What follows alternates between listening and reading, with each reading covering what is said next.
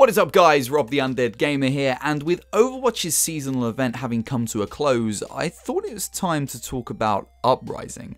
So this past month, Blizzard announced and released their latest seasonal event for their fantastic team-based shooter in the form of Uprising.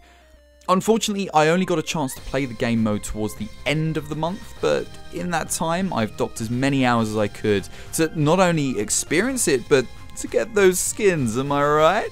Am I right? So Uprising was a game mode that switched up the normal team-based PvP gameplay, creating a PvE horde mode type thing.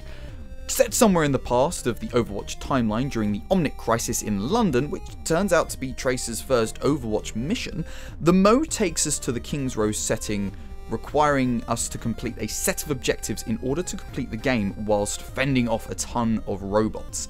The mode came with two different options, a classic option where you play the mode as it was intended in the lore with Tracer, Reinhardt, Torbjorn and Mercy, which you can see here, and an all heroes mode where you play as, well, all the heroes.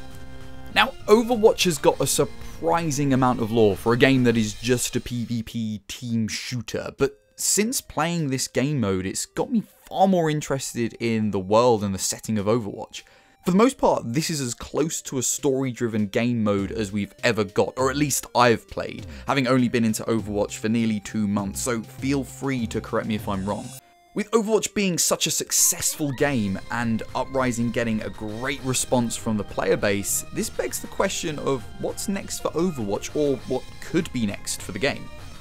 Obviously, Overwatch is an online PvP game, and they do it very well. They've honestly made an online shooter extremely fun and engaging, especially for someone like me who has never really been into them, but will every now and then drop into some online play in COD or Battlefield. But Overwatch has been the only shooter where I feel every game is unique and fun and something different every time. I always want to have just one more game. So I definitely want Overwatch to continue as it is for the future, if not getting better and better at what it already does, whether that's through patches or a sequel even. But with regards to a more story-driven experience like Uprising, I would love for there to be a campaign option in some form. Whether that's by a full single-player mode or even, dare I say it, an episodic-style campaign, which is an ongoing story, which I feel could work really well for a game like Overwatch. As a campaign isn't necessarily their main focus, but there's so much lore which they could do so much with. I'm sure it would have a great response from the community.